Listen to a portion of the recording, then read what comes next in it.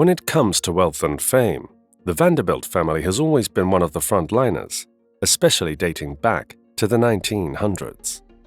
They considered themselves to be nobility in America, well known for their flamboyant and lavish lifestyle.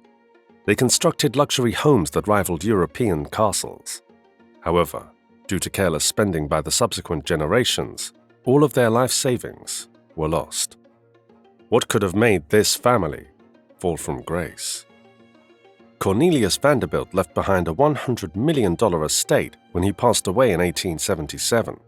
He was the richest American of his time, and due to his incredible fortune, his wealth seemed to increase in tandem with the fast-developing new country.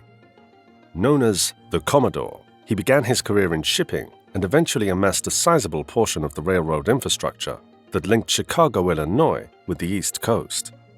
Vanderbilt was one of the key players in the American Industrial Revolution because of his ability to foresee future developments and trends, as well as his aptitude for finding profitable investment possibilities.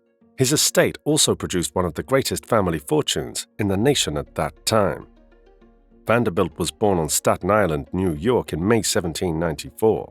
His family was a Dutch farmer family who resided in Port Richmond on the island's north shore.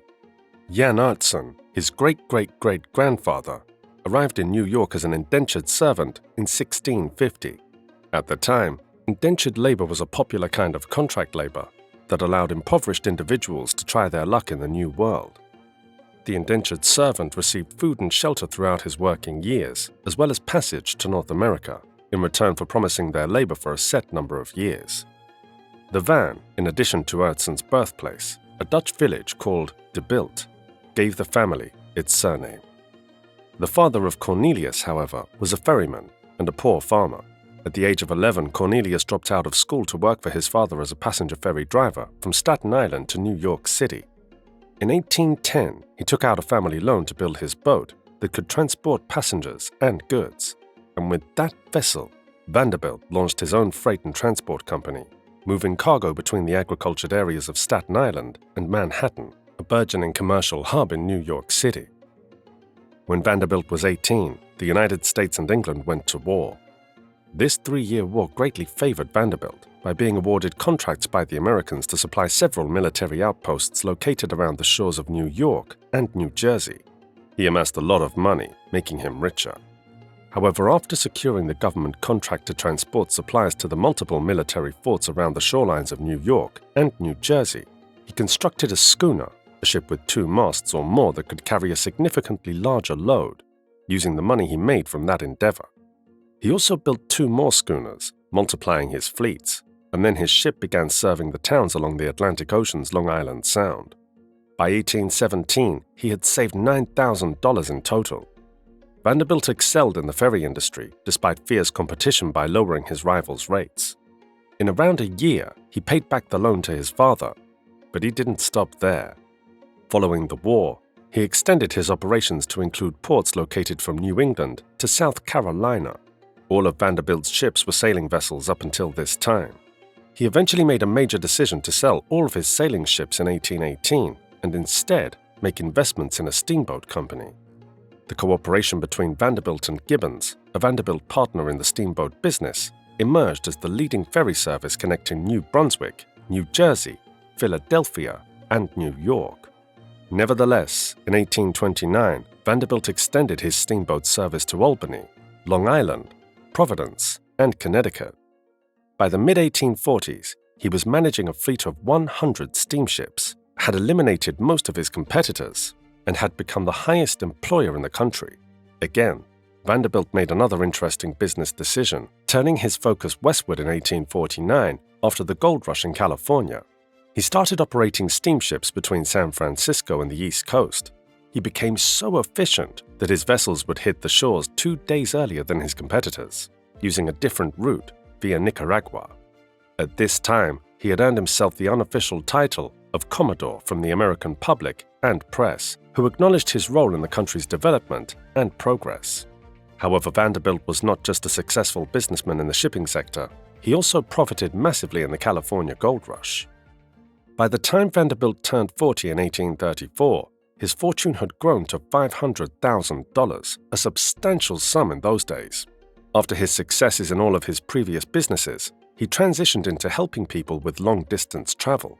A large influx of prospectors seeking to earn their fortunes in gold mining followed the discovery of a gold nugget close to Sutter's Mill in the northern portion of the state in 1848, sparking the start of the California gold rush. Again, the business-savvy Vanderbilt was there to cash in on the opportunity. When he died in 1877, the Commodore left a fortune worth $100 million, which was more than the US government had in the bank, and equal to $1 for every $20 in circulation. His ambition was for the Vanderbilt family to establish a dynasty. However, after all of these massive achievements came the fall of this huge family empire. If only people did as they were told. Today, the Petit Chateau on Fifth Avenue is a Zara outlet because it was demolished in 1926. Between 1880 and 1905, at least 6 more Vanderbilt houses built on Fifth Avenue were demolished. The exception is one of George Washington Vanderbilt's Marble Twins, which currently houses Versace's flagship store. Another of George W. Vanderbilt's residences survives the 250-room Biltmore Estate in North Carolina, which was erected in the 1890s. The property, which is said to have swallowed $4.4 million of George's $5 million fortune, is the largest private mansion ever erected in the United States.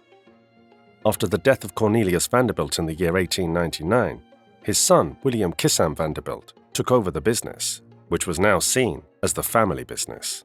However, he retired soon to focus on his yachts and thoroughbred horses, and his share of the family's wealth was reduced by his brother George Vanderbilt's 146,000-acre Biltmore estate. William is reported to have said, "Inherited wealth is a real handicap to happiness," according to Vanderbilt's book. "I now have nothing to aim for, nothing concrete to pursue, and nothing to aspire for." Fast forward to the third generation who did not take the family business seriously. They began to lose everything to careless spending and not building businesses like their father. The third generation was the one who completely wrecked the Vanderbilt's fortune and wealth. William's generous donations and extravagant spending left an estate that, when his father passed away in 1885, was reputedly worth the amount he had inherited. Reginald Reggie Claypool Vanderbilt, a playboy and ardent gambler, was the son of Cornelius Vanderbilt, and arguably the most famous member of the fourth generation. He was the grandfather of CNN anchor Anderson Cooper and the father of fashion designer Gloria Vanderbilt. Cornelius, Neely Vanderbilt III, his brother, lavished large sums of money on keeping up a high society appearance. Neely reportedly said, "Every Vanderbilt son has increased his fortune, except me," according to Fortune's children. As the family's wealth was divided among more offspring, New York Central was changing. After reaching its height in the late 1920s, the transport industry saw a rapid fall in freight, and by the end of World War II, trucks, barges, airplanes, and buses had begun to erode its market share. It discontinued 4 of its 6 quick daily passenger operations between New York and Chicago between 1946 and 1958. At this point, they began to sell the shares of the family, and by the 6th generation, everything had been sold. Given the development of the United States, the family at this point was left with just a little wealth. The story of Vanderbilt is that of a gradual rise to success, and the secret to his wealth was to continue building businesses and never allow discouragement. Do you think it is always this way for everybody who wants to rise to success and fame in the 21st century? Leave your comments in the comment box, and don't forget to give the video a thumbs up. Till next time, thanks for watching.